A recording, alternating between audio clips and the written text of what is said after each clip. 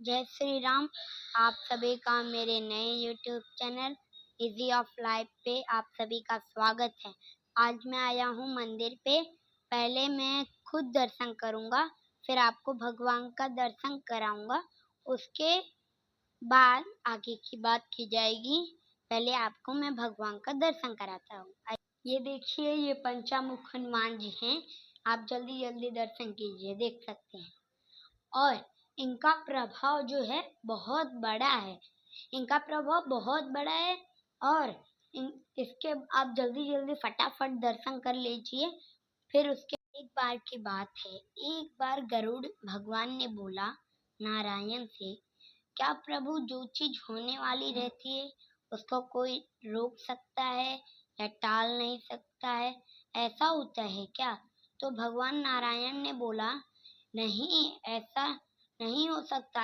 पूरे ब्रह्म है, जो होने वाला रहेगा वो हो सकता है। तो गरुड़ ने बोला, तो भगवान नारायण ने बोला कि जब समय आएगा तो मैं बता दूंगा। तो एक बार की बात है, भगवान नारायण ने भगवान गरुड़ से बोला कि चलिए, धरती पे मेरे छोटा सा एक काम है, चलिए मैं एक काम कर लूंगा अपना छोटा सा।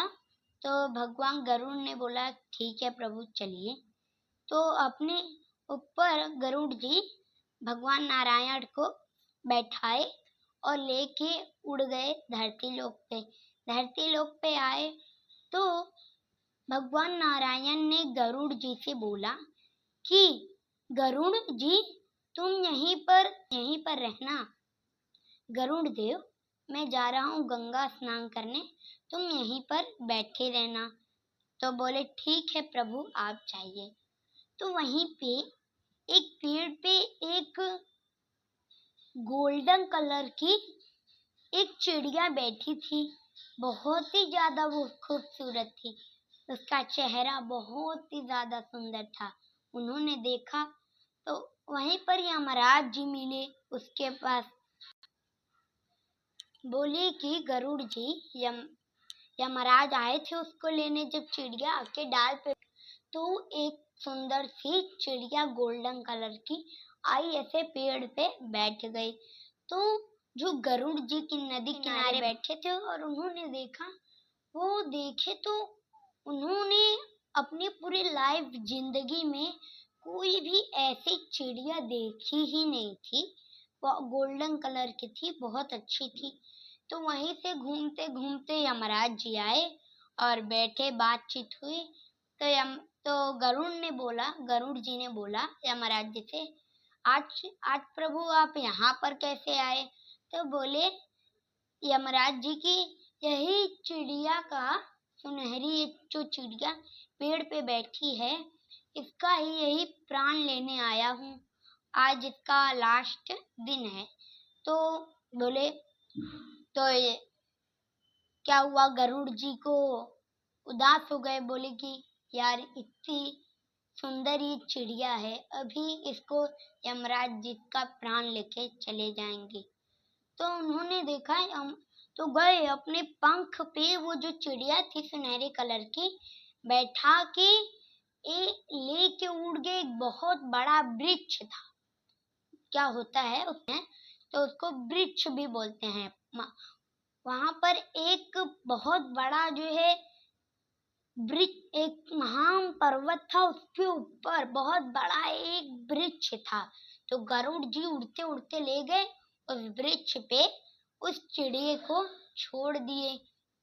गंगा किनारे की बहुत उसके बाजू में था, बहुत कई हजारों मील ऊपर था वो। उसको तब उस पे उड़ते उड़ते ले गए। उस वृक्ष, एक वृक्ष था बहुत बड़ा, उसके ऊपर गए, छोड़ दिए और बोले कि अब यमराज जी इसका प्राण नहीं ले पाएंगे, अब इसका प्राण बच जाएगा।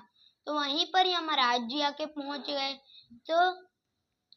तो गरुड़ देव ने पूछा कि तुम यहाँ पर कैसे आ गए? ये तो बहुत बड़ा पर्वत है, यहाँ पर कोई नहीं आ सकता। तो बोले कि इसका प्राण तो मैं ये मैंने सोचा कि अब ये यहाँ पर कैसे आएगी, इसका प्राण तो यहीं पर जाने वाला था और तुम मेरा काम आसान कर दिए, ले आके यहीं पर छोड़ दिए।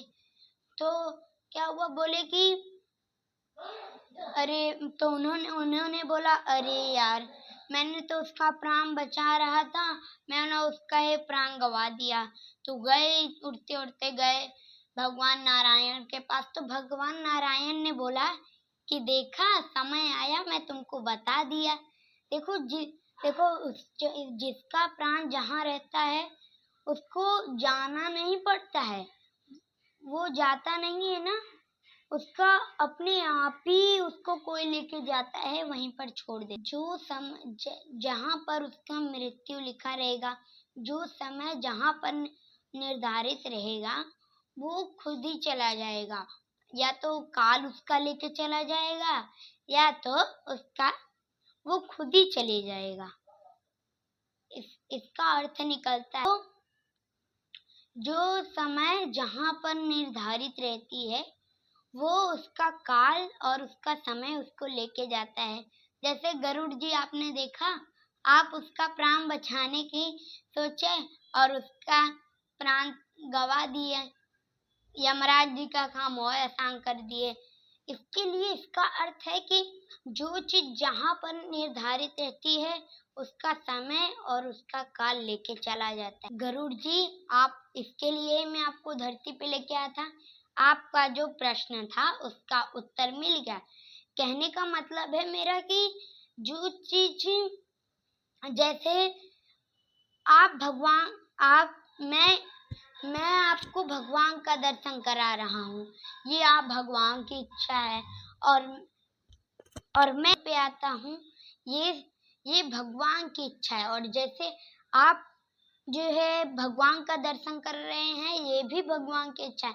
मतलब समय की इच्छा और भगवान की इच्छा, दोनों की इच्छा है, तब आप और हम दोनों भगवान की दर्शन कर पाते हैं।